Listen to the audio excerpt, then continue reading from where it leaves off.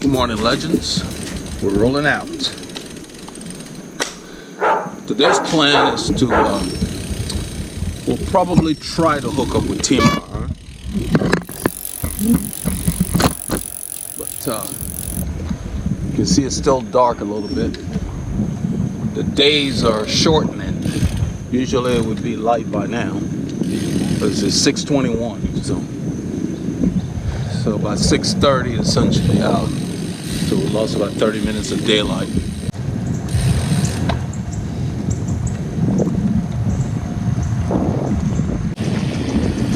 So you can show up. I said, this thing is not very good with.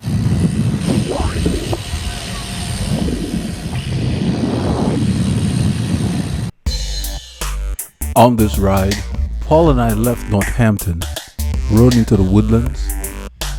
We picked up Team RR on Research Forest. We headed out Fishcreek into the Montgomery area. Mike had a flat, so we stopped to help him. Once we got to the store, we continued with the group through the forest of Mount Pleasant Road, came back on 149, through Montgomery straight down 149 with all the rollers. We didn't film that section. Then we took the Keenan cutoff area into the Great Hills Estate, back on Honia Egypt Road. All of that is off camera, but we got enough footage from the forest and on the way out that I think you all will enjoy the clip. So Paul and I went ahead and rode back on 1488, added a couple of extra hours once we got back into town to wrap up the ride. It was a very warm day, but it was very pleasant for what we're trying to accomplish, to get at least 6 hours in.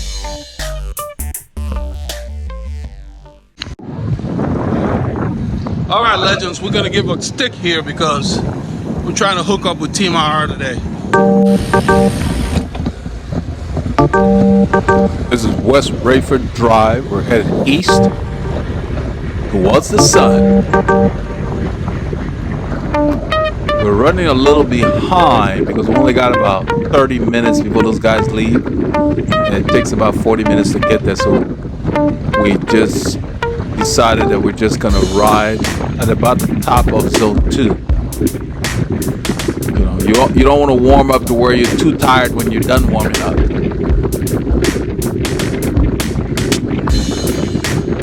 You can hear the wind is out here as usual.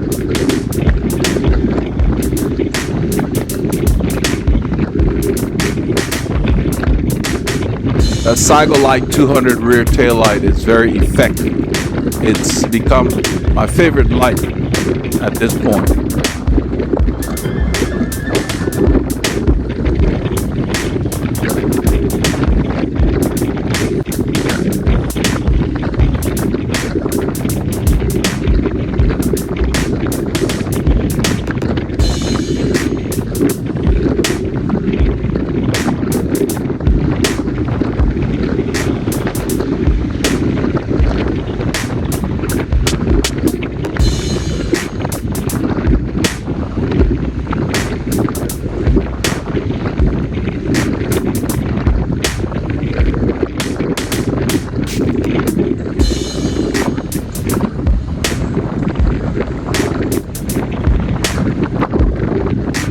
We decided to visit Team RR today because a couple of reasons. We did 3 hard weeks with WCC, and then Paul took a weekend where he had to get his son settled.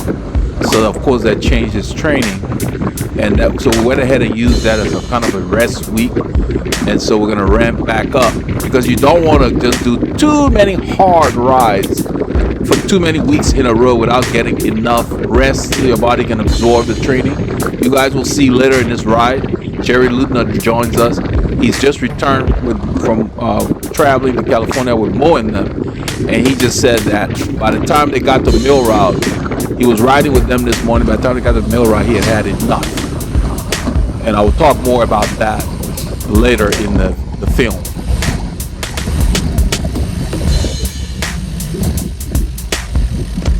When we stopped, lined up this circle right here, Yeah, what Paul's talking about is when I put the sock on and the stripes, the convicts of the road stripe.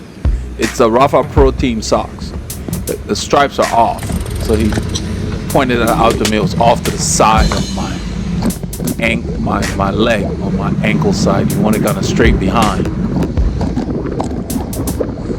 I just missed it when I was putting it on, so we adjusted it here on camera, and even off camera, he pointed out that the top half was straight and the bottom was off, so something was off about it, but we got that sorted. This is Gosling Drive. We're headed north after Rayford there. This road is usually very, very busy, and you can see it's only 2 lanes. They've got turn lanes here, but this early in the morning is fine to use this road. And you know, pretty much any time of day you could. I just don't like to use roads that are too congested, because when I get on my bike, I don't want to be impeded. I hate waiting on traffic. Even in my car, I hate sitting in traffic. I'm sure most, if not all of you, I'll be surprised if anybody likes sitting in traffic. You know, you get in your car, you want to be moving. So I plan my trips even in my car around the crowded times. And you know, nowadays with the pandemic, the roads are lighter because most people are working from home, so we don't have the usual volume. But when things were at its normal, I would plan my day around the most congested times. I did not go out unless I absolutely had to on the most congested roads or times. So it's the same thing on my bike. When I get on my bike, I find roads that are quiet, that will allow me to just keep moving so I can get a workout. I keep a high cadence here. In today's ride, I use all range of cadences. That's why I talk about you need to be able to do all of it. So we had some fun parts of the ride after we hook up with the Team RR boys you always see, and then certain things that certain people do in the group. I'm sure those of you who've been riding for a while will relate. It's kind of annoying.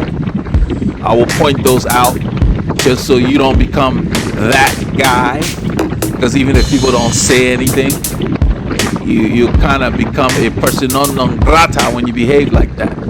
For me, I don't really care. I show on this video, which we've done before, we make them somewhat pay the price for those antics, and I think you all will love that. I will explain that as we get to the scenes where they occur and point out what I recommend that you don't do. It's just not cool, that's all. Nothing wrong with it. It's just you annoy people. Even the professionals are annoyed by stuff like that. We're talking about people who sit in a group, don't want to work, but then want to come and sprint like they're champions. And you will see that show itself later.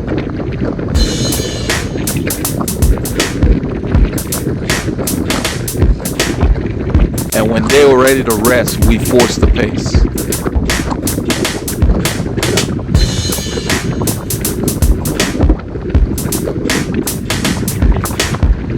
The road goes up here slightly.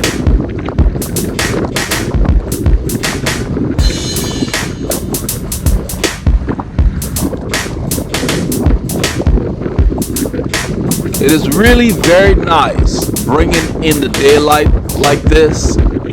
I love getting up early because the day just seems longer than if you sleep in per se.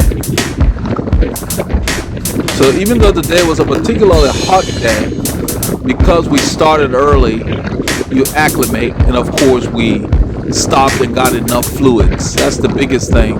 It's been unusually hot down here. I mean, August is here. This is our hottest month, so I guess I shouldn't say unusually hot, but it's been hot. I went out for a ride after this ride on Sunday, a short ride, and I had to drink 6 bottles of water.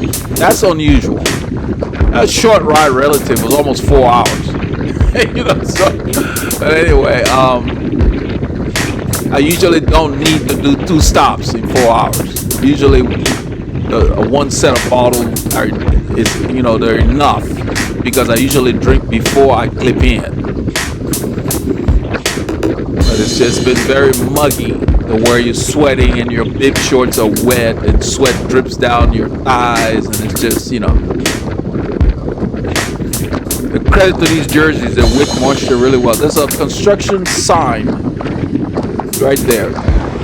You don't want to bump that with your shoulder. I mean, they're soft and everything, but still. So I point out to Paul, and in a little while I check for traffic, and we use the road for two reasons. Not because of those cones, but right where that guardrail is, they just messed up the shoulder. You see right there, it's a ripple.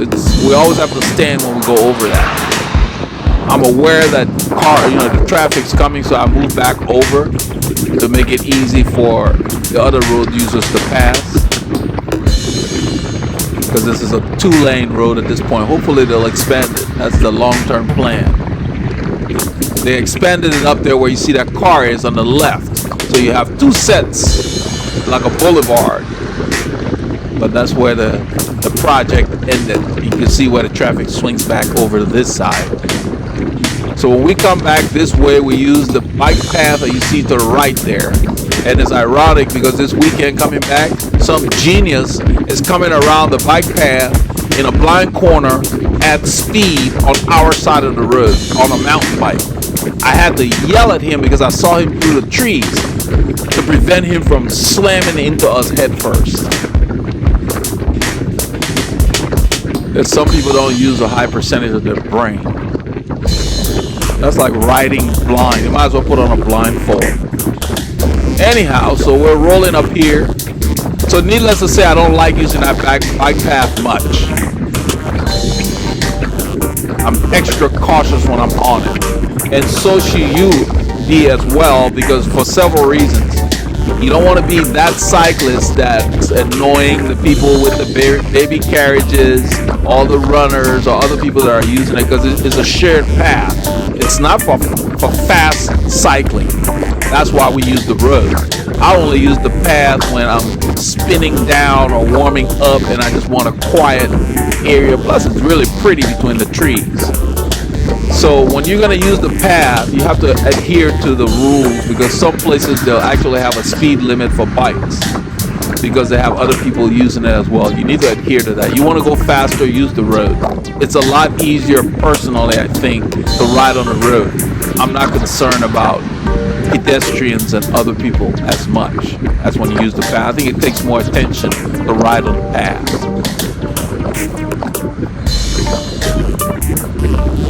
We use it because it's a calmer way to get back.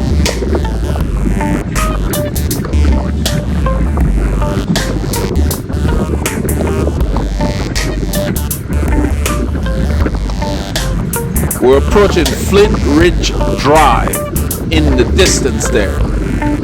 It's got some nice little bumps. I like to come out here during the week when I don't have a lot of time. Time is a premium. I'll come out here and just hit those little risers, get the body back into the swing of things.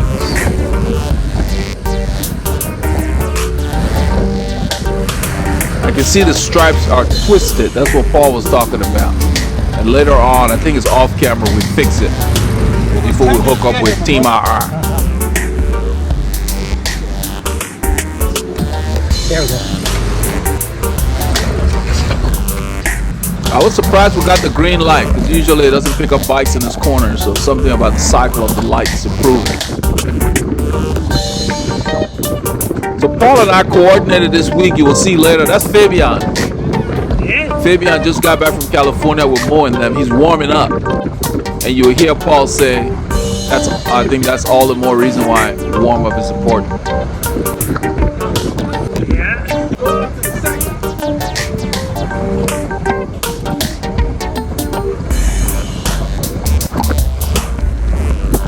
He's warming up before he gets with those guys, because they're going to hammer out of that Ashland YMCA.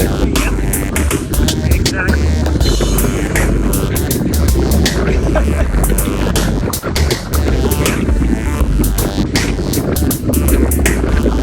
But Paul had mentioned, he said, man, that just confirms the significance of the warm-up, which we already are aware of. But yes, if you're going to ride hard, you need to warm up. warm up properly. Get your body ready to work. So you saw Fabian going there. He's warming up. He's going to ride back north like we're going, and he's going to join the WCC. We're going to go north, and then we're going to go a little easterly. We're not going to meet them at the YMCA. We're going to meet Team RR on Research Forest. They're more west of where they start, and then they start like 7:30. Team RR is leaving at 7. We end up hooking up with them like 7:15. But then Jerry joins our group. This just goes to show how important it is to warm up before a ride. That's what I was talking about. That's what Paul just said. It shows how important it is to warm up. Yep. You know, you have to get your body ready so you can work efficiently. Otherwise, while you're warming up, when everybody else is warm, it just feels harder for you if you're trying to warm up at high speed.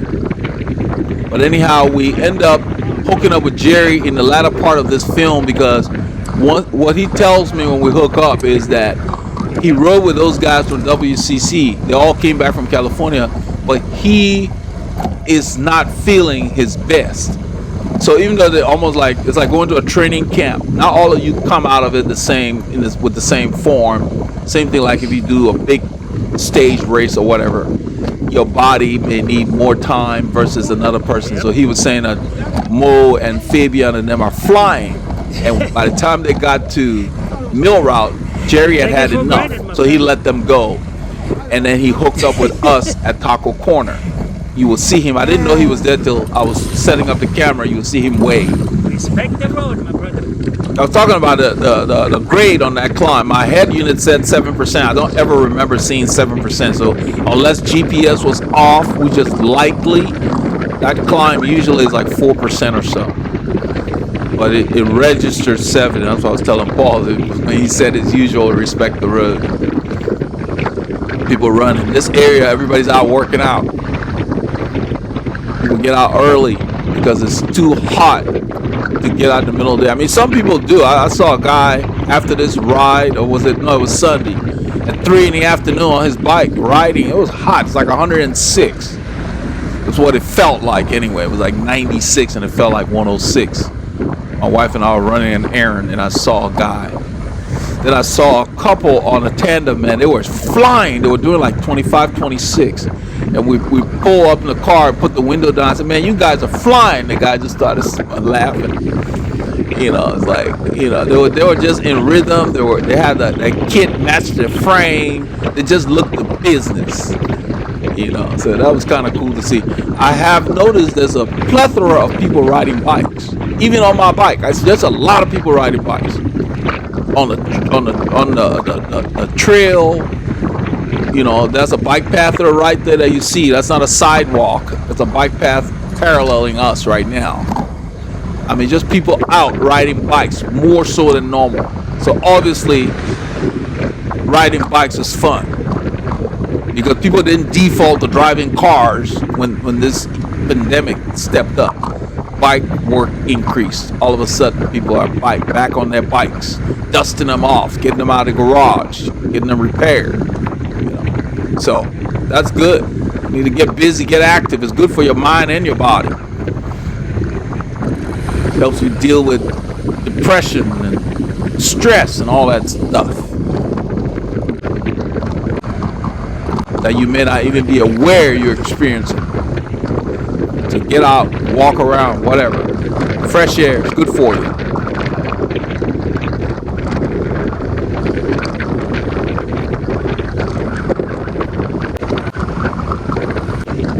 So you'll see me lean a lot of time like that. I'm looking to the right between the trees before we get to the intersection. And if nothing's coming, then I let Paul know it's clear. That's what I'm doing. I look ahead. Even when I'm riding solo, I check. Now, if there's a car behind me, I go ahead and slow down and do like a track stand. I don't roll through like that. But it's early, nobody's there. That's what it is. But we have to represent that we're following the rules of the road. I personally see a lot of cyclists that even when they stop signs like a four-way, they roll through it. But then there are other cars coming the opposite way. It just doesn't look too cool. I think you should at least slow down and act like you're going to stop and then go through. even if it's safe for you to just blow through, because you can see, you know, it's a clear corner. There's some corners you can see. I don't think it looks cool to just roll through at your cruising speed. Slow down, check, then go. It looks more appropriate, let's put it that way. So we get taken seriously, that we're not, I guess, outlaws of the road or something. That we follow the rules of the road.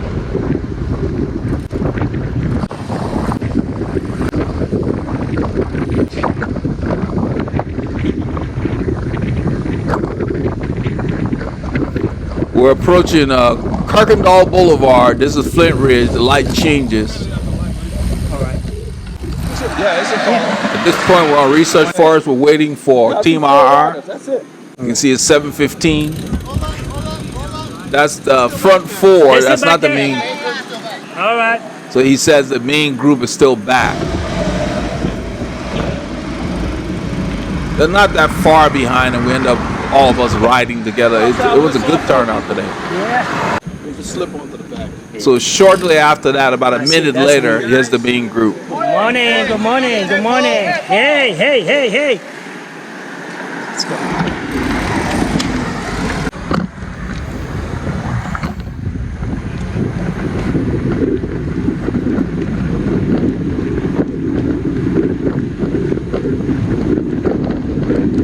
So actually what we did here, I don't like to do that much.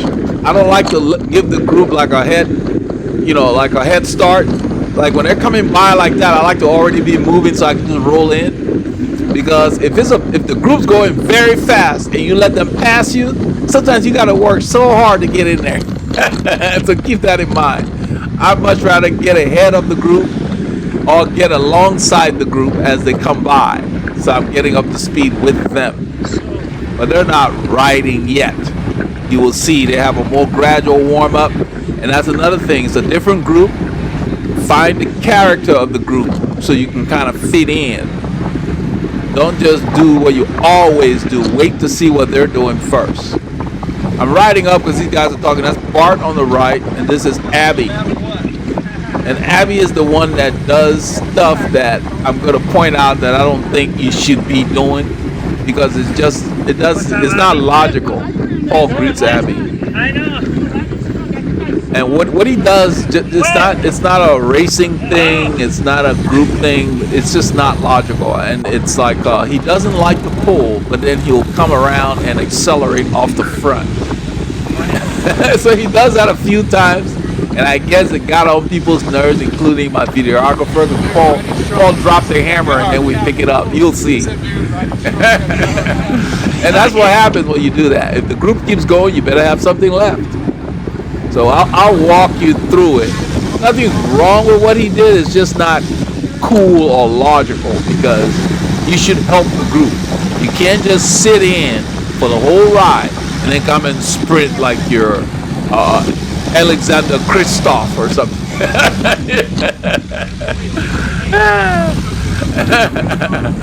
People don't like that. They may not say anything, but somebody might.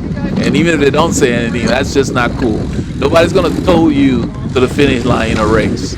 You get with a breakaway or whatever, you gotta work. I'm greeting Mary over there. No. Hadn't seen her in a while. Mary's really cool. Yeah.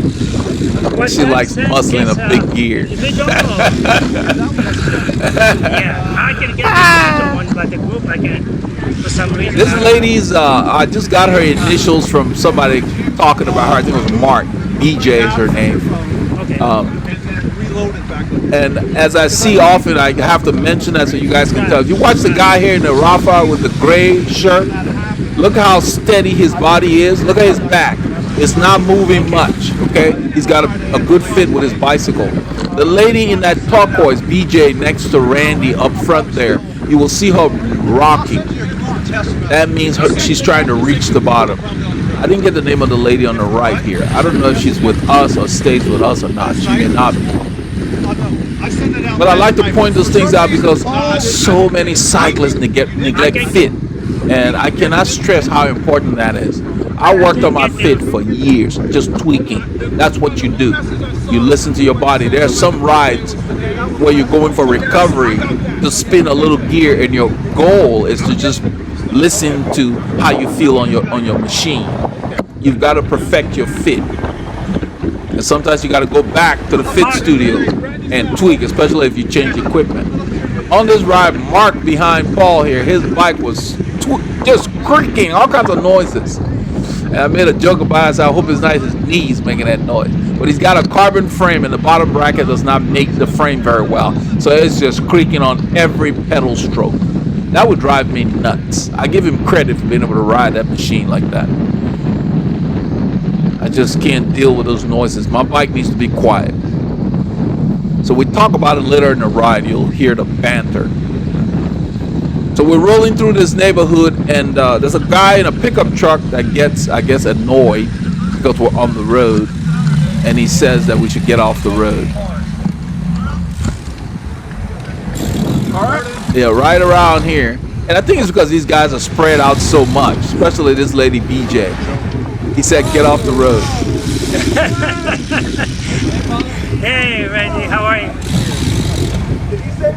Like, I don't know why that guy in the Rockford jersey is over there right now, but we're turning, it's not crowded, no cars coming, it's okay. But sometimes, like this, you can annoy the other road users because we're just spread out all over the road. We need to really use our piece of the road as much as possible.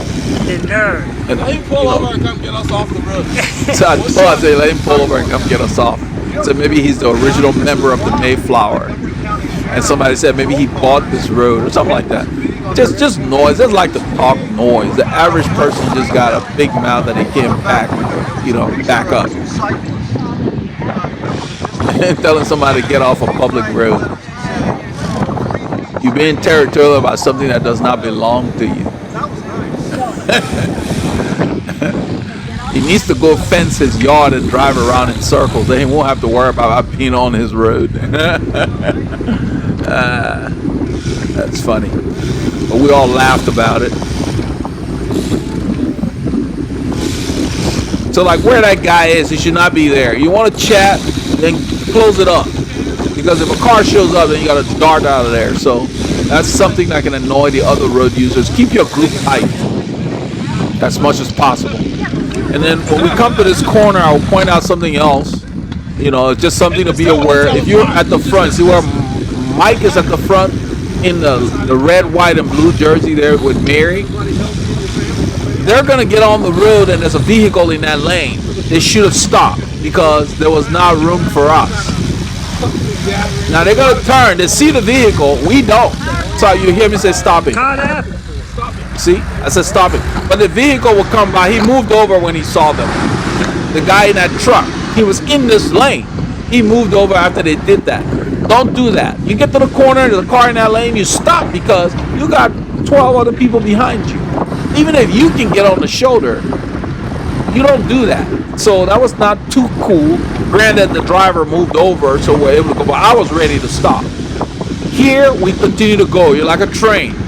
We're all together, you go through.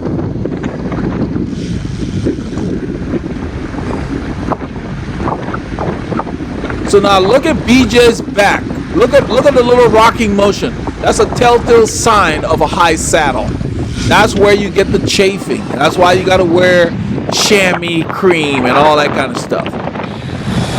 And then when it gets really hard, you will see her entire body starts to rock, even her shoulders. That's when you're searching for power. So the saddle needs to go down and back. That's the first thing I would do for a rider that's sitting like that, so she can get more power. I just ride up there to chat with Mike because I want to see, what they're doing today. What's the plan? Because we're not in a parking lot. So we'll talk for a little while. Then he tells me, let's go. You will see, I will get to the front. He said, let's go, let's ride. After we chat. It might be off camera when I get to the front, but you will see I start the ride and we go down the hill and I maintain the same effort, but they back off and I end up looking like I'm riding off the front, which I'm not. And then so after that happens, I get back in the pace line and I sit there and I wait to see what effort they want to hold in this group. Because we're taking it easy, we want to ride with the group, we can travel faster. I'm not here to dictate the pace. So we're still chatting. You see BJ rocking, guys? That's what I'm talking about. See her shoulder moving? She's not even aware of it, but the reason she's having to do that is because she can't get to the bottom of the stroke. Look how her legs extend at the bottom. Almost like she's almost tipping toe. Saddle's a bit high, at least a centimeter high. Maybe more, it's hard to tell, but slightly, yeah, it's high. So that's the thing. So it needs to be tweaked. And when you live with that, yeah, your body will adjust, but then when things get really hard, you can't develop power. You don't develop power from a very high saddle. You develop power from a saddle that allows you to use the entire pedal stroke. So those of you who have not had a fit, get one. Because there's no point in going through 10, 15, 20 years with an uncomfortable bike thinking that's the norm. But a lot of cyclists do that. And I'm not talking about just your saddle. I'm talking about your shoe, the cleats, all of that. Bars, placement, all of that. The 3 contact points need to be tweaked to where that bike fits your body.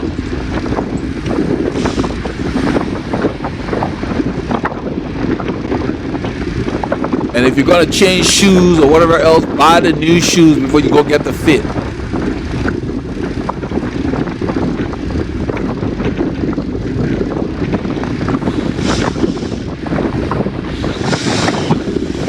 So she's not too far off, but it's there. And besides what I saw here, later in the clips in the forest, as the pace quickens, you will see it clearly that she's searching for more power, trying to get her shoulders going and all of that. You know, she's probably not even aware of it.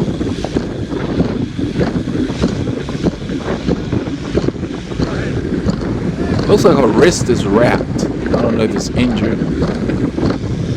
I'm not even wearing gloves. When it gets really hot, I don't put too many things on. I don't recommend that you don't wear gloves in the group, especially because if there's a wreck or something, you don't have anything on your hands. So you do need to trust your bike handling skills. I mean, you know, even though I've been riding for a very long time, I watch everything and I'm extra cautious, but I just feel so much better in the heat without stuff on my hands. When I do wear gloves, they're just so lightweight with just light palm protection. At this point, I'm riding off the front. I'm not aware. I'm still giving warnings, thinking someone's on my wheel. But Mary has backed off, and I'm just riding. I was not trying to ride off the front. I'm right at sweet spot. I'm not going that hard. We have the beast ahead. Paul says I'm in beast mode, the beast ahead, or something like that. I'm just riding because I'm riding the same pace we're doing. But Mark and them are not ready. And Mike is there, but he's not ready to ride. And Mary wants nothing to do with that. Randy's behind Mike there. I'm not aware until you will see me look back. Then I see them right there. That's when I know they're not there. All along I thought they were there because I wasn't going that hard. For me anyway.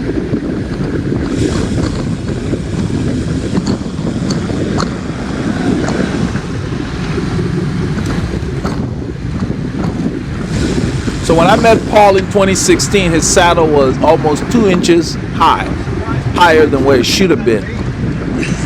And that's about 5 centimeters. So this lady might be a couple of centimeters or so, just from watching her. I learned early on. She got room for improvement. I dropped that saddle, move it back, flip the bars because she's got like the stem pointing up. I'd flip that thing, make her more arrow like Mary. It's gonna stretch me out all the way. Mary rides too big a gear most of the time. Yeah. So Paul is saying that we're doing 90 miles. He's not going up there to do nothing. But I was not really going that hard anyway. So I didn't realize they weren't ready to ride. So what I'm doing here is letting them come to me. And then I'm going to look for a gap in the line. I'm looking under my arm. I'm not, yeah, see my head down. I'm looking for wheels. I'm not just riding. I am aware of where they are. I'm going to move a little to the right. And as soon as there's a gap, I will confirm and then move over. Paul asked BJ if she wanted to come in. Then you would hear BJ in a little while say, if I knew you guys were gonna take pictures, I would have put on makeup, done my hair. You know, she was being funny. So I just slipped back in. So I decided, okay, I'm gonna see what pace they want to hold and would ride with them. No one took that bait, my brother. That's why I told him no, there was no bait. I said no. He told me let's ride. They have themselves. Yeah, Mike said let's go. I get up there and then he backs off and puts Mary out there. Mary wasn't ready to ride. Mary rides two larger gears, so when the acceleration is very sudden, she really can't react because she doesn't have the momentum to spin that gear that she's riding.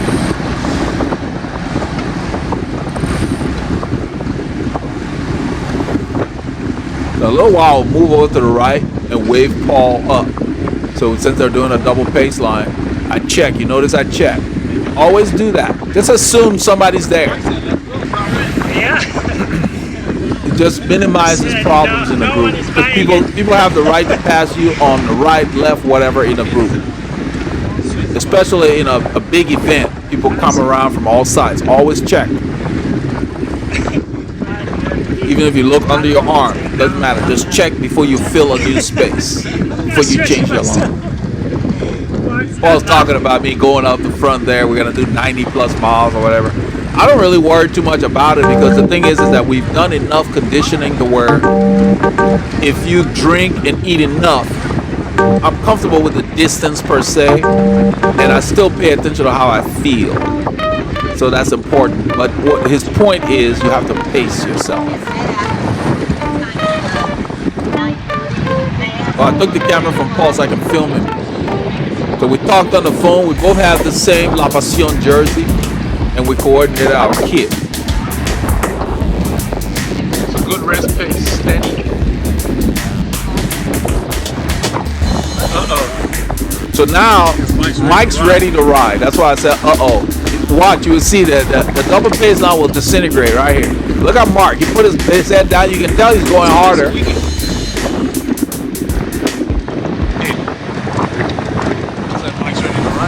So right here, BJ says,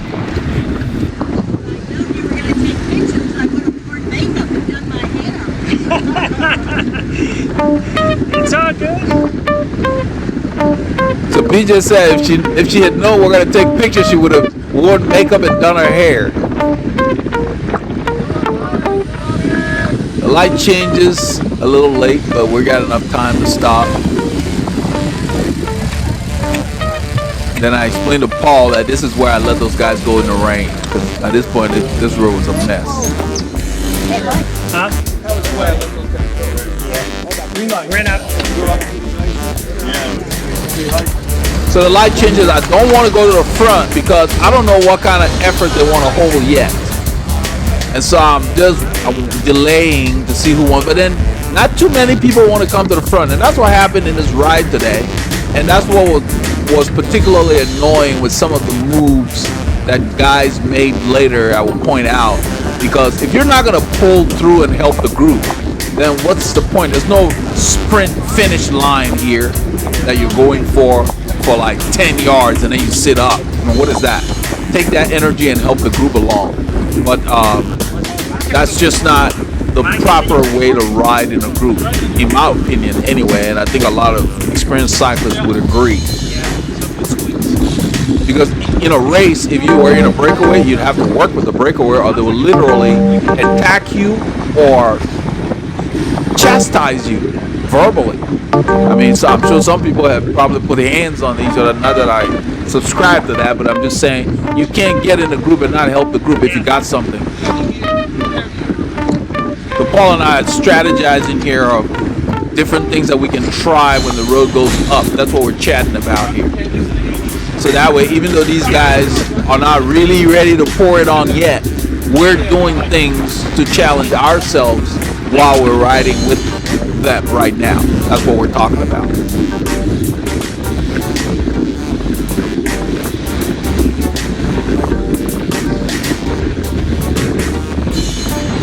Because your body does not really care about the speed. What your body is concerned about is what zone are you in and for how long. That's BJ right there. So she's got a decent fit. She just need to be tweaked, and that's what matters, guys. You don't need to make drastic changes. It's the little changes that make the biggest differences in your fit. A centimeter here or there, and you're like, wow, it blows the mind. You know, sometimes even 3 millimeters here or there blows your mind. Like, man, I've been living with this discomfort so long. So I'm telling him to try it here. We'll try what we talked about here. Because the road's going up a bit. That way he gets to challenge himself. And now I'm getting a feel for what kind of effort they want to hold. And so in a little while, a few kilometers, when I get to the front, I maintain that effort.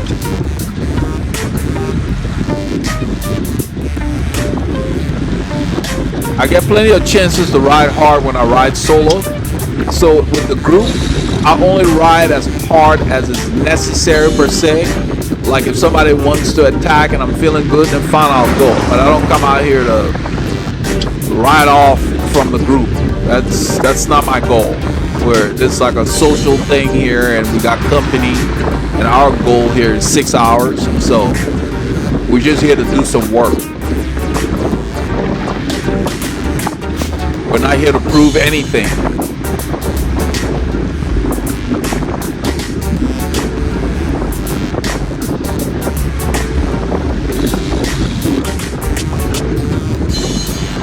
Plus, we've been riding with Mo and them for 3 weeks, so we're stronger than we were a month ago. You know, it's August now. I've been riding probably 6-7 months now, consistently. So my fitness is getting there. The light goes yellow, but we're going through, and right here we go ahead and soft pedal. Everybody wants to make sure that the caboose made it. You hear Abby say we're all here. That's Abby here. He said we're all in. All in, kind of like a poker term. Texas Hold'em. I'm all in. Push all your chips on the table.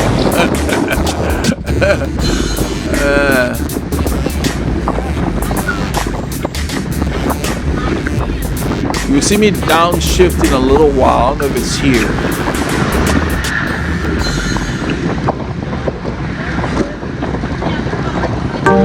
Right there. Downshifted. I'm going to accelerate. Don't be shy. If you're going to accelerate, get in the proper gear and spin those legs. You save them. You don't need to always be pushing a monster gear, especially when you have grade or wind. It's not the most efficient thing to do.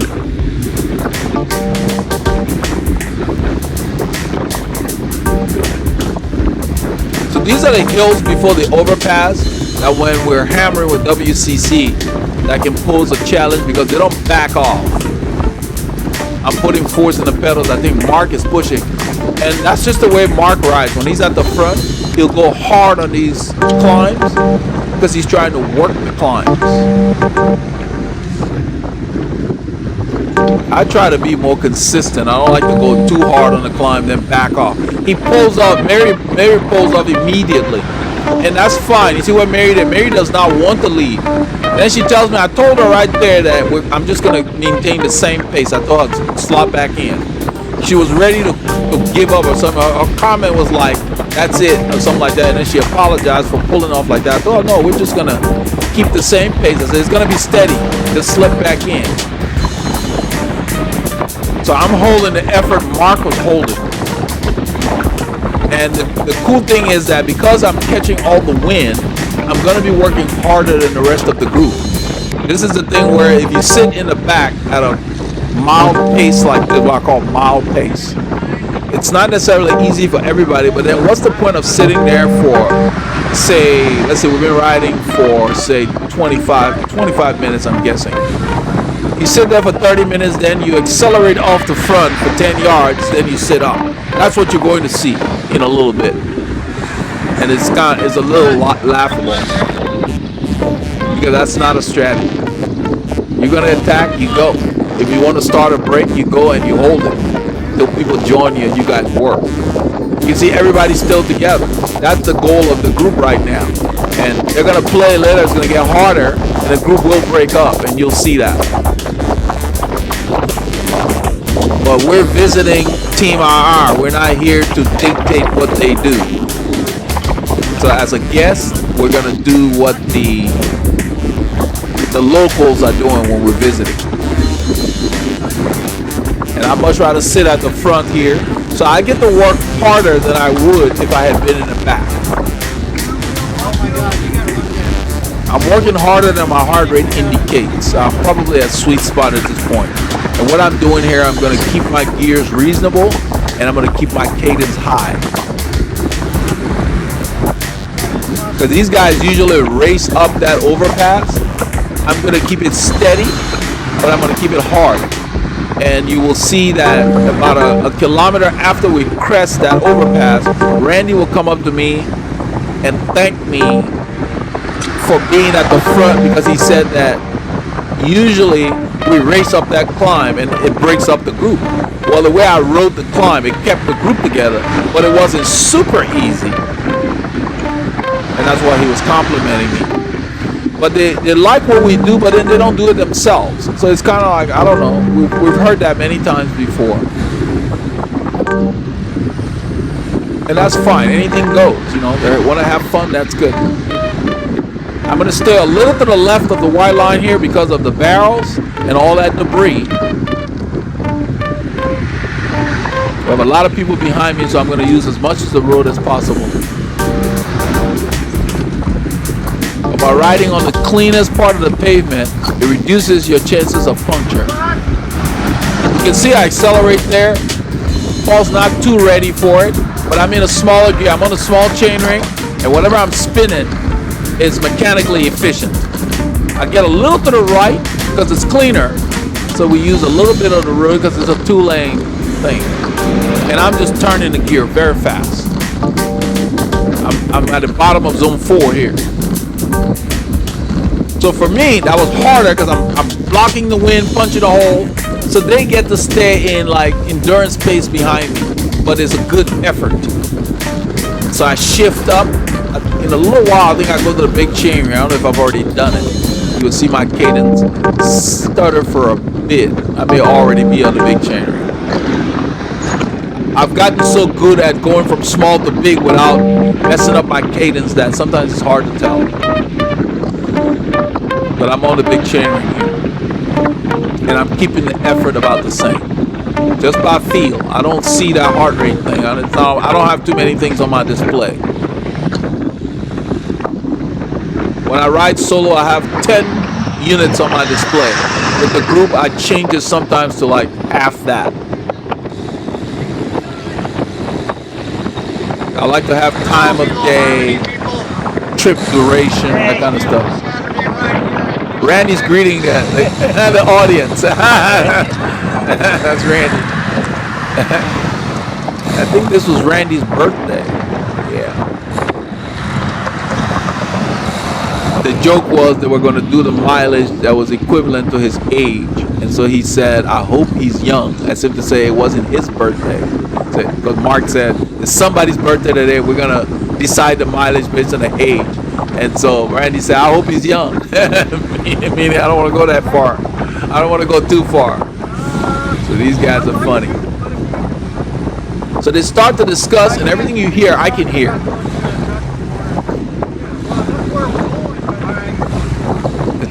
They're talking about Taco Corner. So I hear all of that. And they're not sure if they want to go straight or go left. I like to go left. Not only is it quieter, it's more challenging with the hills. So I check for traffic. There's a car coming. And then I move over after the car goes by. It's clear behind us.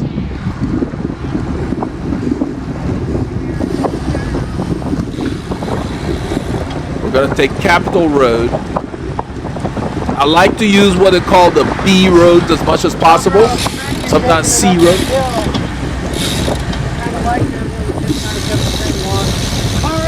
This is where Randy's complimenting me for the pace up the climb. He said they always race it too much. As I turn, and I tell him, I say, yeah, because some people don't know how to pace. Right there. So he was telling me that he liked the way we went up.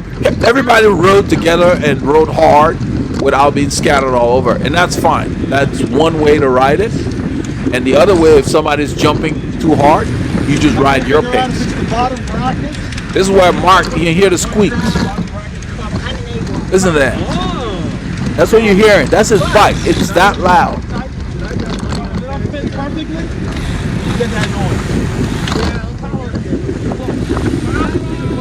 So I'll let him know that you're the bottom bracket and the frame. That's where it makes the most noise. That's what I'm talking about. See Abby going out, watch. Mark tries to ride up to him, but he's not going to go anywhere much. Watch, he will back off right there. This is the first time I've seen him do that, so I ride up to Mark. Then I realize they're not going. So why do that and just sit up? And so I said, okay, maybe it's just he just wanted to get to the front, but then he continues to do it. You will see again. So my issue with this is, it's okay if you want to do that, but then when you get to the front, pull. Don't sit up like they're doing right now and chat. They're chatting. They're not pulling the group. We could go faster here, especially since it's downhill. Because that's why we get with the group, to cover more ground in the allotted time. So I observed that he's basically turned off the power after that short acceleration.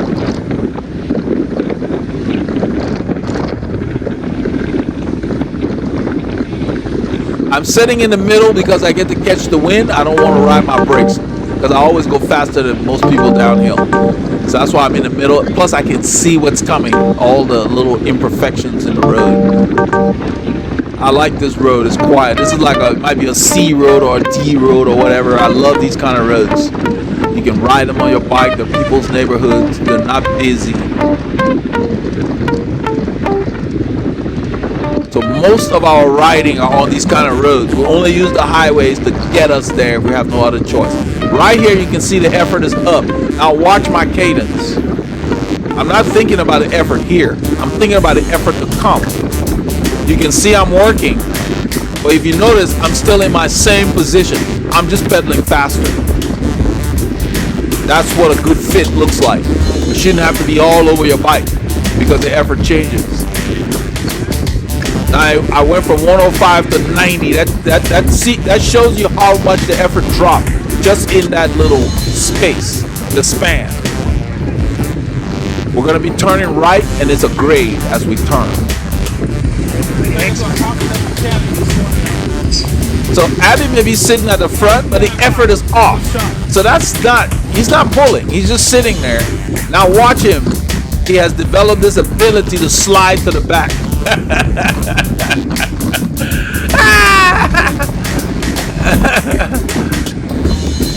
Because you can sit off the front. It's kind of like in a race, you can sit at the front and block for your teammate. Doesn't mean you're working hard. So I'll call Paul up here. You see Abby sliding to the back after that acceleration back there, as opposed to pulling the group. If you've got the energy to do what he did back there, why don't you contribute to the progress of our group? You're part of it. And that's the difference. Two riders. Now Mike, on the other hand, who's in the Texas flag jersey up there, red, white, and blue, will pull till his legs fall off. He's like a super domestique. And that's the kind of rider I want to go in a break with. Somebody who doesn't mind working hard. Instead of somebody who's playing games. What we call poser games. So you'll see. So Mike is there and he's pulling. I mean, sometimes he pulls so long that sometimes I just go to the front. Those of you who have been on the channel a while have probably seen other rides where I would ride from the back just to give him a wheel. He just likes to work. He comes to work. He's not here to play tactics like it's a road race or whatever. And even in a road race, those kind of moves where you just go off the front and sit up there, that doesn't do anything because you're going to get counterattacked. And you will see that in a little bit. Because Paulie Lunga gets annoyed. That guy put the arrow on him. You see how he moved over to the yellow line? I thought that was cool. Because then the group doesn't have to do anything. He saw us coming. Mark knows him. His name is I think his name is BJ. Because he talks to us later in the ride. On the return, we pass him. And he watches the channel, the guy we just passed. Because he compliments us on our videography when Paul and I pass him a few hours later in the neighborhood, Great Hills neighborhood, Great Lake Estates, on Great Hills Drive. But you see, Mike's been sitting there. Now, Mike had pulled on Fishcreek. Mike is on his aero bars and he's driving the pace. This road is a slight grade.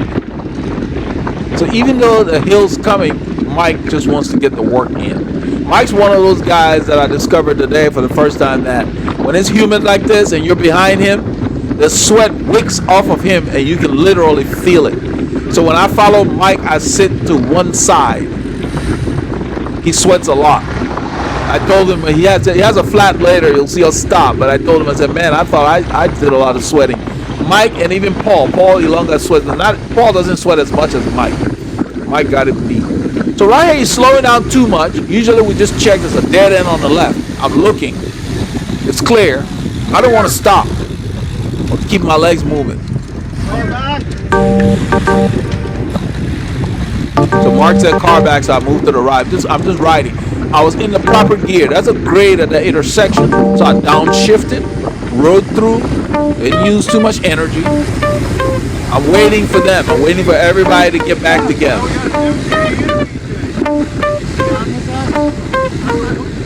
That's the whole point. We're riding together. That's the point of the group ride. You can play all you want, and whoever you're playing with, you guys can ride together. But there's no point in you attacking the group all the time if nobody else is playing. And so, as a guest, we come in and we want to see what our host is doing. Plus, we had planned to take it easy today anyway, or easier.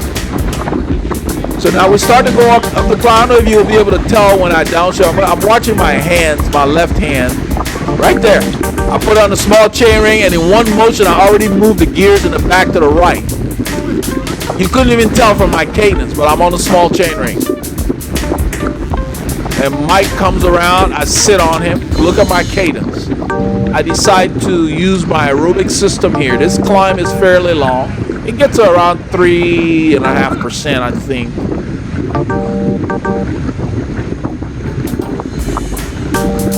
So by using a more supple gear, my legs don't get that tired. Now you will see me go past Mike. I'm not passing Mike because I accelerated. I passed Mike because he slows down.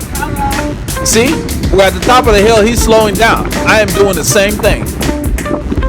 And so I just moved to the left because I don't want to change my rhythm. And he ended up asking me if we were going to turn right at the corner there. And I don't know if it's here. Yeah, I told him yeah. I shifted a big chainring there and moved the gears in the back closer to the bike, to the smaller ratios, keeping my cadence the same, keeping that rhythm. That's what's going on here. If you need to practice that, use your gears. Now, Abby goes, he's in a big gear, he's not kicking, that's not much of an attack. I didn't get the name of the guy who went with him. I'm not chasing them. I'm keeping the effort the same for the group. The group is the locomotive. I've talked about it before. So whatever you're doing when you go off the front like that, they're not going anywhere. They're not that far ahead. I'm just riding. I shift up here because the road's going down. I'm keeping the effort the same.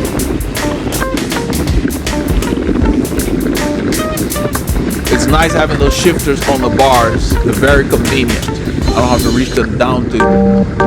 When I turned, I downshifted in that turn. I'm in a supple gear. And Paul Ilonga has had enough. And right here, he gives it the stick. He comes back, he said, let's go. I could just tell. And look, they did that and they're sitting here chatting. So then he goes and watch my speed. Look at my cadence up there. I gave it a stick. And when I came by Paul, I gave him a hand motion. He knew. I said, let's do this. Right there. I'm in my arrow position, cheating to win a bit.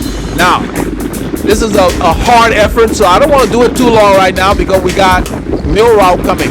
I back off since somebody's on my wheel. I want to see if you'll come by. I see Mike there.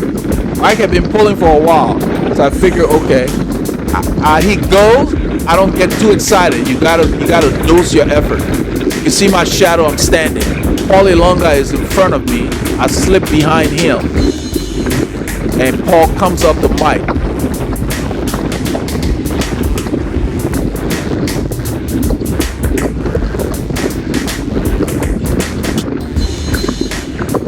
So we had hit like 28, 29 miles an hour back there, just to spice it up for those guys who keep going off the front and don't want to help. That's what that was about. It was like, okay, we're talking with our legs. We didn't say nothing to him. So Abby comes by. I decide I'm going to sit on him and see what he does. At this point, I'm like, I'm not pulling. You want to keep going off the front? I'm going to let you sit in the wind. We have a phrase, till you fry. So you better know what you're doing.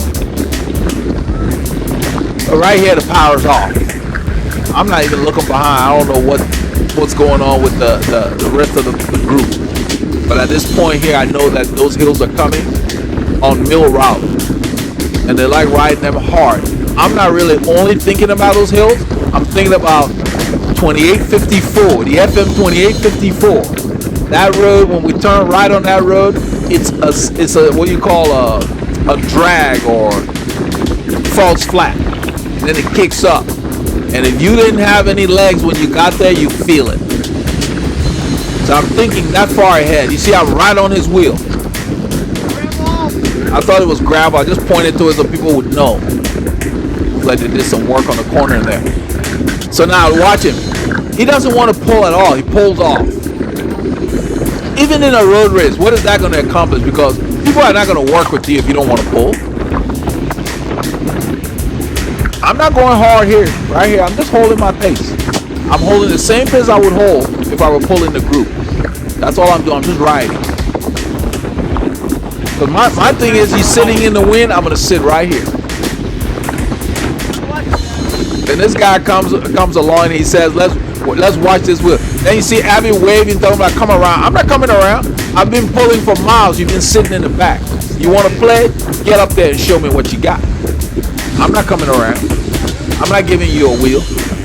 That's why I did not go around. He wants to do a rotating baseline. Well, you haven't even pulled an inch. But you want to attack the group. So let's see what you got. We'll let you sit up there. And all of this is just instinct. I'm not pulling through. We'll let you sit up there and drive the pace. Then you can accelerate from the front. So we call car up just in case people in the back are spread out.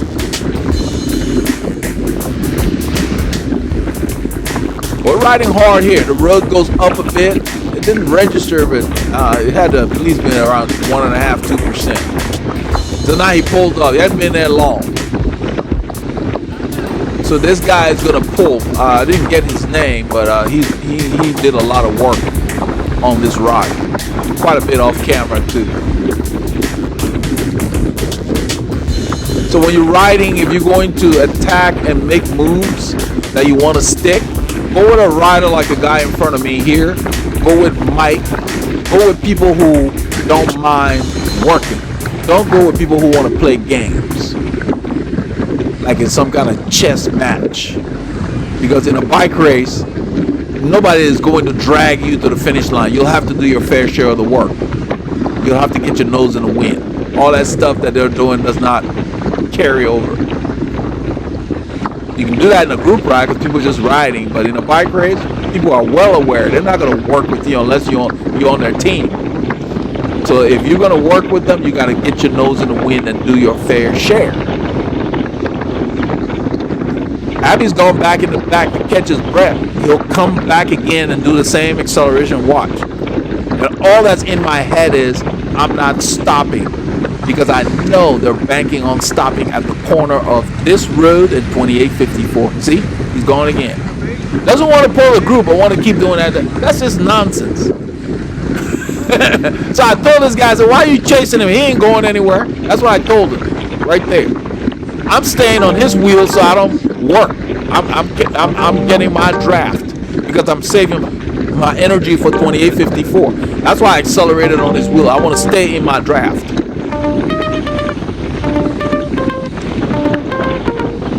I'm close to this guy. I'm saving all my energy because I'm not going to stop. I want to give it a stick at 2854 because I know they're going to wreck. So then he sits up. So what was that about? I told Paul, I said, I don't know what road racing school he went to, but he must have missed the class. Because if you're starting a breakaway, you got to work. You're not going to go off the front, sit up, and start a breakaway. Not going to happen. You guys have seen the European races. These boys are all over the road. So now Mark goes, and that looks like, I don't even know the name of that guy that's following Mark. But here's the thing. I am just trying to stay in the draft here because I want to work when I get to 2854. They're doing all of that because they're banking on stopping at that corner. That's what this is about. So you got to know what the group's doing or what people are doing so that you don't waste your energy unnecessarily. You did that little acceleration. Now everybody's backed up. You can tell. Look at my body language. I've sat up. In a little while, I'm going to motion to Paul Ilonga that we're not stopping because they're already getting ready to stop. You'll see them coasting and doing all that, like here. So I'm going to drift to the left to get around them. There's Abby right there. They have done nothing. There's Mark right there. They've expended all that energy and they've gone nowhere. So I don't want to stop. I want to keep it going, just like the pack would do if you were to do something like that. If pack keeps coming and you can't get back in there, you end up riding along.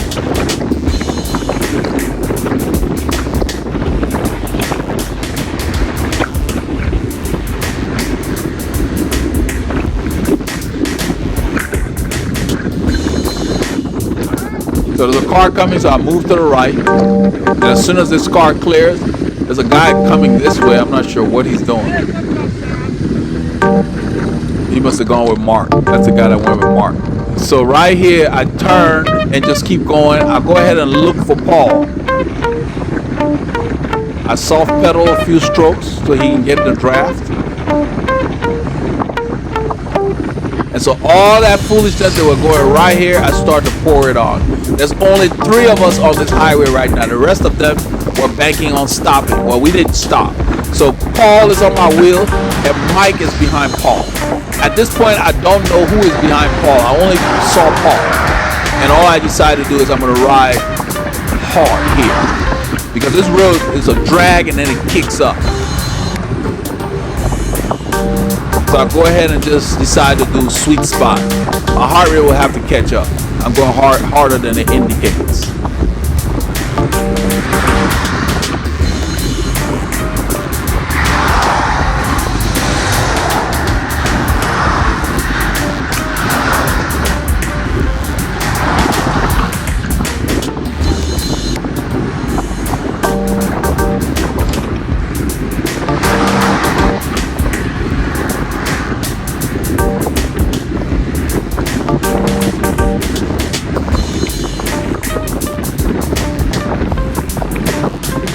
When I'm riding, I don't pay attention to the speed. I just do the effort.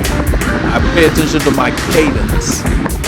Not by looking at it for the most part. I only glance if it seems too low or too high based on what my body feels like. So right here, I like this rhythm. And I just continue to work this gear.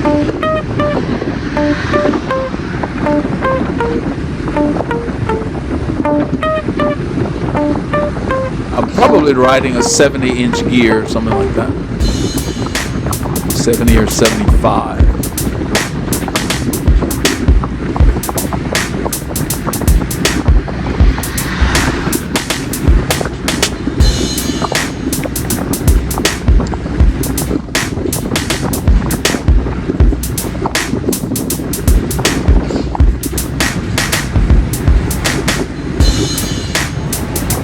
This is a false flat. We start gaining on a couple of riders up there. I'm just holding the effort.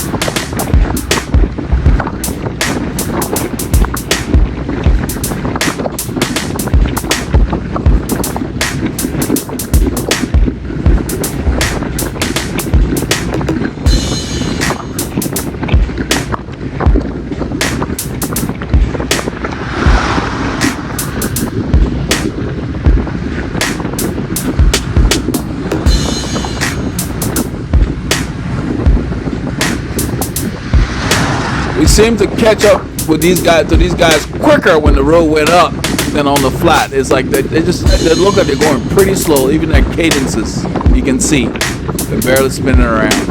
I gave them plenty of room.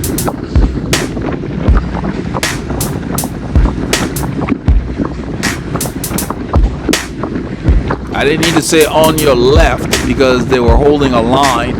They were not weaving all over the road. They didn't need a warning from me.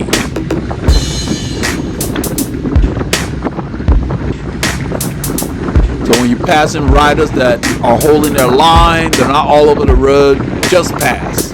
If you want to say good morning, fine. But you don't need to be yelling on your left and all that. It's not necessary. Because they're not going to change what they're doing because you say on your left. So the only reason to say on your left if the rider is weaving in your way and you want them to know you're coming by.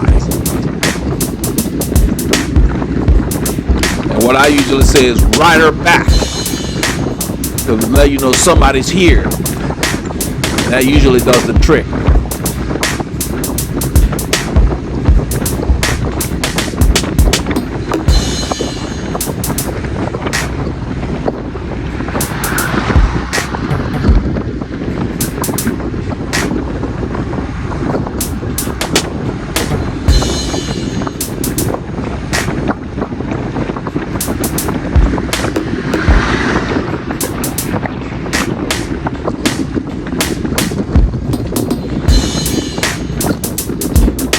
The climb is over and now the descent begins.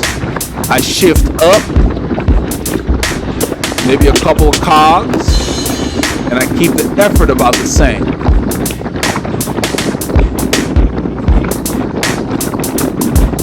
And I gauge the effort by my legs because the heart rate is going to do something different when you're going downhill and when you're going uphill. It just works differently.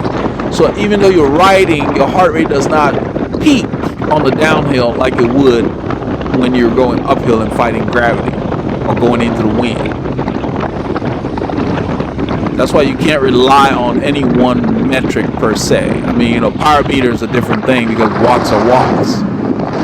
I'm not sure why Mike is way back there. He's not too far, but he's like winding up to speed. He'll come by in a little bit. So I keep it fairly steady here. We're doing about 25 miles an hour. Just keep it steady. He'll come by for a short while, and then he ends up slowing down and I have to go around him. But we found out after going through the intersection that he had a slow leak on his rear tire. He had wires that were in the casing. Small wires, probably from rolling over shredded tire treads. That's what they looked like. They looked like the wire from your bike cable in the shreds. He had two of them in his tire. So he had a very slow leak. So we stopped and helped him fix that after the intersection. You'll see the stop. So I'm behind him. I realize he's going slow. I look back for traffic. I decide we can go faster here. If I'm going to work up the climb, I'm going to enjoy the benefit of going down the hill. So I go by. He tells me that he expects the light to turn green. That's what he's timing. Well, you don't want to time it too long because that light is short. The light favors the highway perpendicular to this one. You see it's green, it's going to go yellow, and we go through. Short light. And then after we go through, then his tire starts to get a little squishy. You see him look down. And then he tells me he's got a flat. Right there. So at this point, I know he has a flat. I tell him, let's just try to go. So there's a car back. So we'll wait for the car. There's a shopping center on the left. There's a Kroger shopping center. So we're going to pull in there. So we can get off the road. When you have a flat, get off the road completely. And stand by the edge of the road.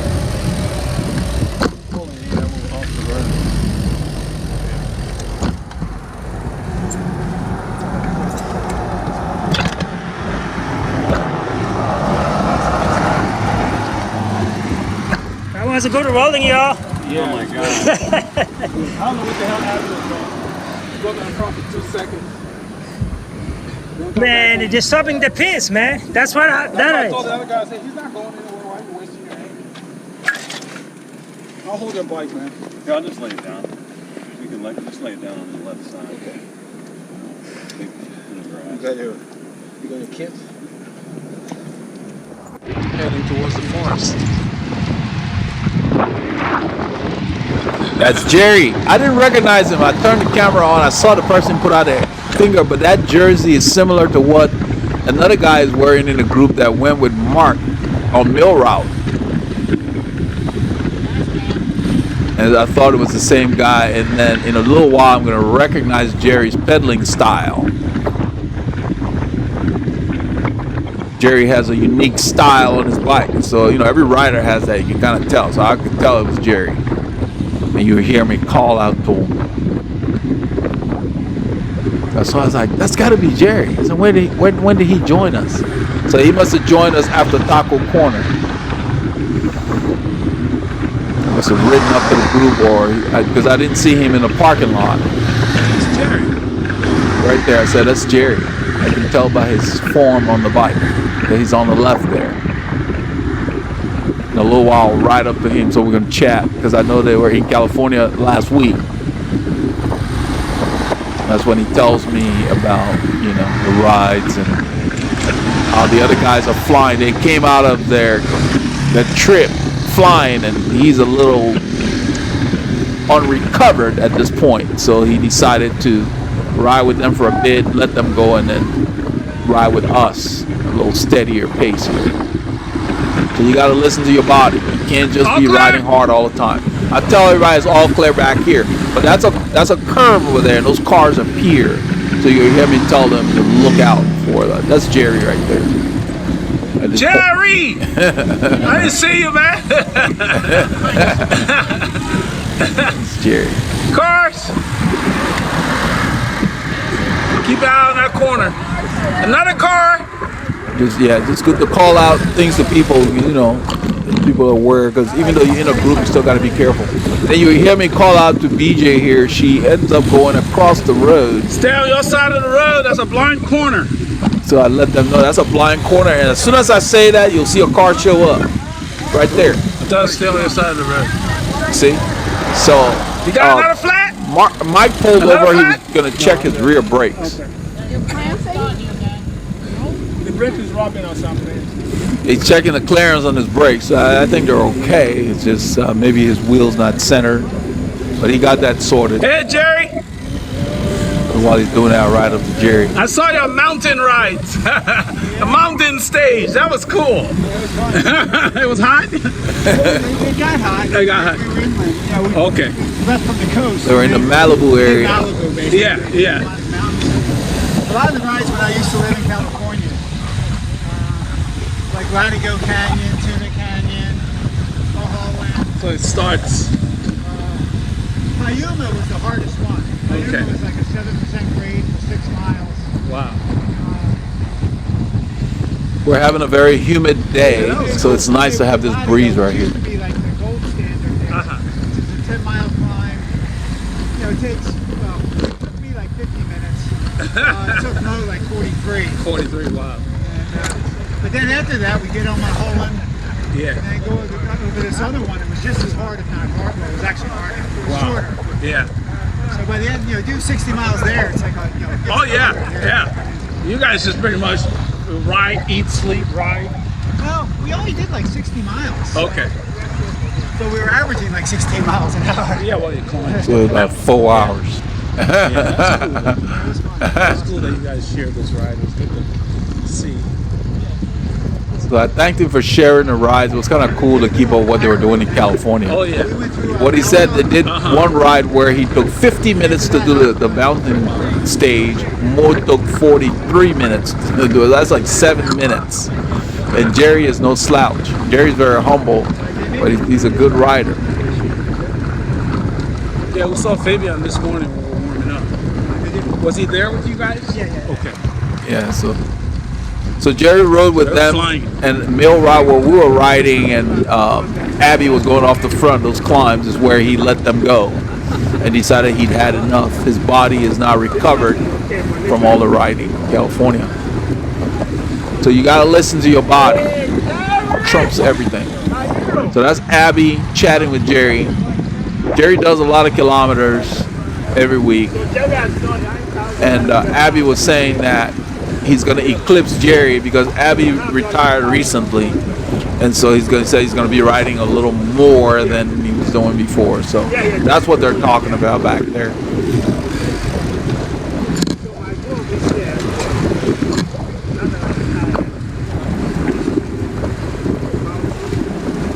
This thing goes up. You can see it. It's now it says 1%. It goes up, and right now we really have not started riding yet. You kind of have to ride with the group. And so Paul's sitting up there. I asked him later, you know, why were you sitting up there? He said, oh, I was just riding my pace, you know. So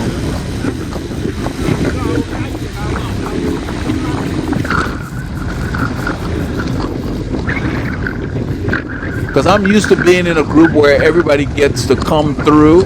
Even if you don't pull, you come through and you pull off and go back. So you would keep that rotation. And you know, you don't always get that. People leave gaps so other people fill that, and that's fine too. But if somebody can go off the front, I was taught that if you've got energy to go off the front, then you need to help the group. That's standard. If you can sprint, you can pull. It's one thing if the pace is so hard for you that all you can do is hang on and stay in the group, then fine. But don't be coming and sprinting around when you've been sitting in a group for 2 hours or 3 hours. You're not going to be popular. You become persona non grata real quickly. They may not say anything, but people make a note of that. And they find a way to make you pay at the right times. So you can see we kept the pace. I didn't go all out on 2854. I just kept the pace hard and steady, and just the three of us rode away. So don't be chasing people unnecessarily. Save your energy for whatever your goal is. If your goal is to hang with the group, save your energy so that when the group's going hard, you have something to go hard. We start descending here, and I'm always going faster than people, so I stay a little to the left because I don't want to use my brakes unnecessarily. The road is a bit chewed up, so I'm looking for the smoothest path. That's why I'm all the way on this lane, but I'm looking all ahead into that corner. I'm making sure nothing's coming. So if you're going to go over the yellow line, make sure you're aware of nobody passing you or nobody coming up in the other lane. That's Mike going back by here. Mike's going to take off here, go to the front, and then he and Mark will ride at the front. I just sit back here and I watch. This is called Mount Pleasant Road. We're going through the Sam Houston National Forest. I show the arrow. Watch BJ's back. You see, she's looking for power. We're starting to ride, and so she's rocking. She looks back for Mary. They can't hold that effort because the road's going up. And I think Mark has decided to do one of his little hill intervals at the front. At this point, I don't know who's forcing the pace. I just see the gaps opening. So I'm looking up where you see the road goes through the trees there. I move across the lane. All the way over here is smooth, and I get by BJ. And I'm not working hard. In fact, I'm not even pedaling. But basically, I descend and get on these guys that have formed this gap here. And they're riding now.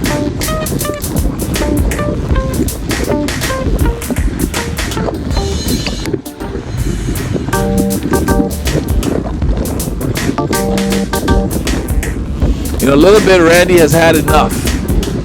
Those guys are riding away from him.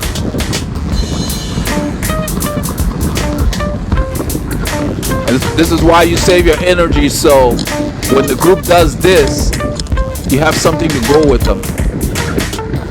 So all of them back off, so I ride up, I hand the camera to Paul. Let him get tired. Mike says he's going to let Mark get tired. I just want to keep my legs turning. I'm not interested in what Mark's doing up there.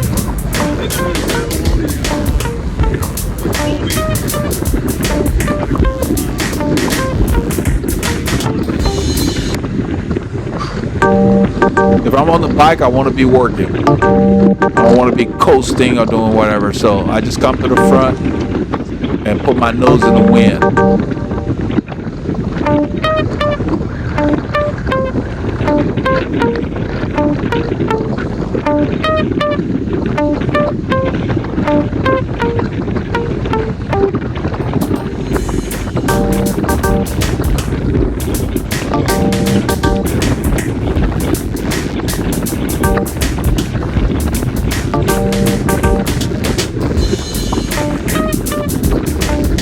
Mark's done with his interval.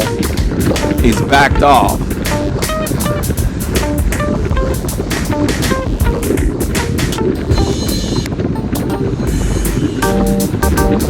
So the thing with doing intervals like that with the group is when somebody goes harder, you're in trouble. Now this guy comes around and he's the one that went with Abby back on Mill Route. But watch. He comes around right as I'm about to catch Mark. Then he sits behind Mark. Well, Mark's going too slow. I'm not going to sit behind somebody. So you see, I just ride past him. I don't know what that move was about.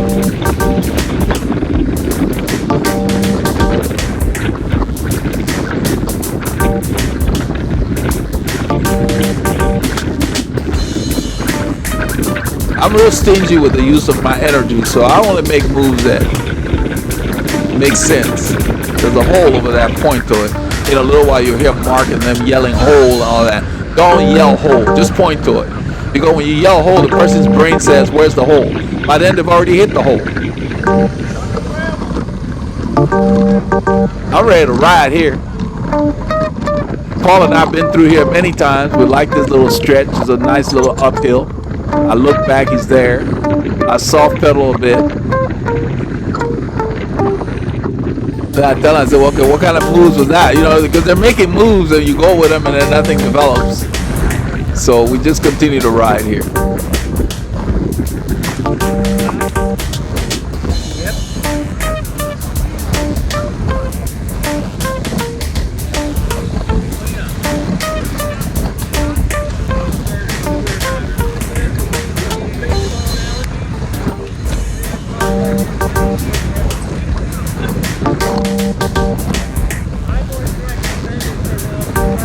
This is a nice little grade here. Probably gets to 2.5%. It says 2 up there. And it's a good length. I just settled into a rhythm here. But it's a rhythm that if somebody were to come around, accelerate, I can change it.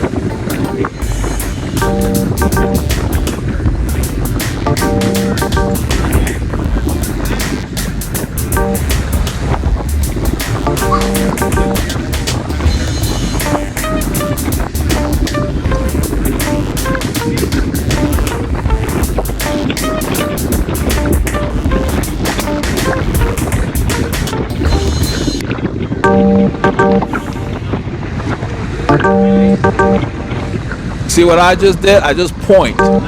So all you gotta do is avoid the direction my hand is pointing to. You don't need to wonder. That's Peter. It's going the opposite way. Peter's one of the guys that rode with us in the rain last week. He's the one I had ridden with earlier that reintroduced himself. And I told him, yeah, I've ridden with you guys. He and Richard. Actually, I'm getting cold. Yeah, Mike talking about make believe you're in the mountains and the air's dry. Because it's humid. We ain't no mountains. I thought he said you've stopped sweating because it's so dry or whatever. I thought, well, actually it's not good if you stop sweating. So the entire ride is not always fast. That's just normal for cycling. But when you ride with the group, save your energy so that when the group goes, you don't get dropped. That way they don't have to wait for you. I don't know if I stand here or not. Usually when the road gets bumpy, I stand, but I must have a good line. I'm picking my line. That's why you see me where I am.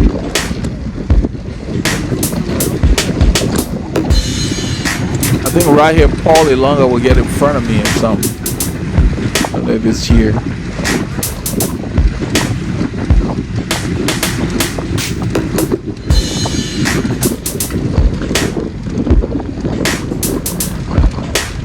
So you see what Mark did there? He pointed at the hole. That's what you do. Don't yell hole. Just point at it. Yeah. That's Randy yelling hole. Just point at it, because when you point, people will go away from where you point. They don't have to think or wonder where the obstacle is. And it's just not just for hole. Anything on the road, point to it. Or wave at it or whatever. When you're riding, you don't have time to wonder where things are. You just want to react. When you're riding solo, it's easy to spot those things because nobody's blocking your view. But in the group, depending on where you are and where you're placed, that's why you always, if you watch, I'm always off to one side so I can see around the riders. So if someone does not call an obstacle, I will. But I like to know what's coming. I don't like to be riding blind, per se.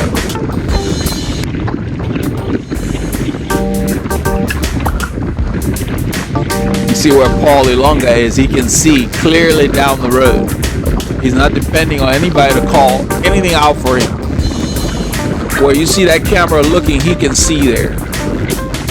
That's the way you follow people. I think in a little while, some guy in a pickup truck, I don't know where he's rushing to. He blows as he goes by, I think just to warn us. But on these kind of roads that go nowhere, I'm like, it was a bit much.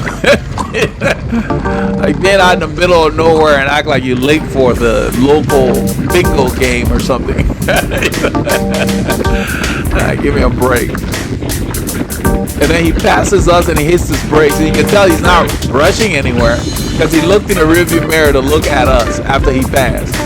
You're not in a hurry. What's all the noise for? Disturbing the forest. Yeah, there he is.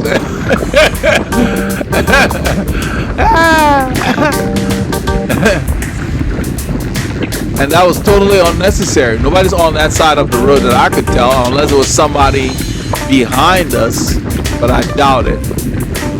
It's like, you know, you ride this road any time of the week, you might get 1 or 2 cars passing you. There's nothing out here. This is a national forest. And he's not a forest ranger, as far as I can tell. They don't behave like that.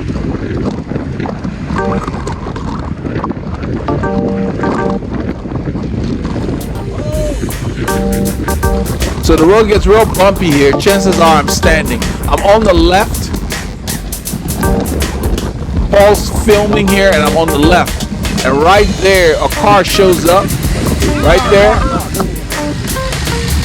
On the corner. We're going to go left because 149 is on the left.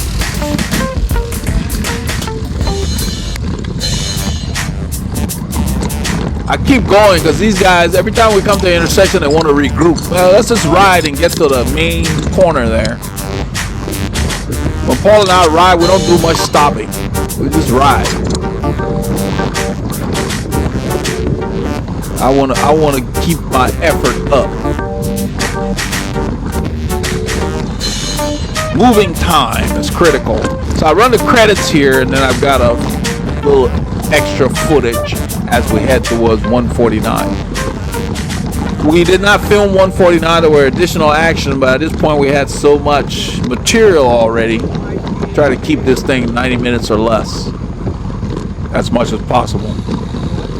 The length of a feature-length movie.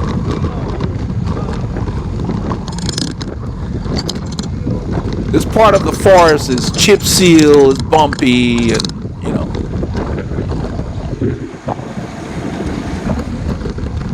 And all I do is I pick my line.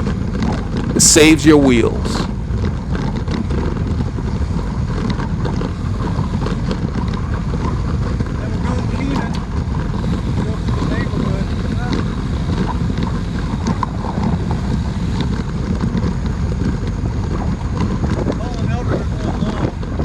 So Mark thinks we're going to turn north. We're not going to turn north. We decided to go with them. And then we just did, as you saw on the route, those of you who saw the route, we did an extra 2 hours in the city. We went to Superior Road off of 1488. Yeah, the terrain changed here, and so I stayed in the same gear and just pedaled faster.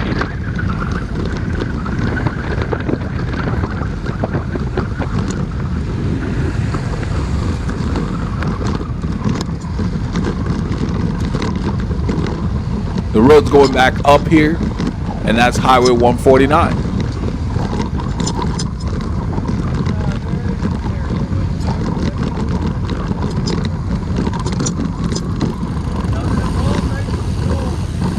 So Mark's gonna ask me if we're going with them. We're going left. Okay, good. We're waiting on Mary and MJ. So they said they were waiting for Mary and MJ, but they're right there. As soon as I turned, We're good. We're good. he said everybody's here. They're here. So it's MJ. I thought it was VJ. Did you want to go this way, man? Yeah, we hadn't talked about You got fast twitch. coming this way, but I explained to Paul it's about 90 miles from here, from where we start. About 90 miles. So then it's about 90 miles, and we can get extra Ks when we get in town. So this is what we did on Saturday.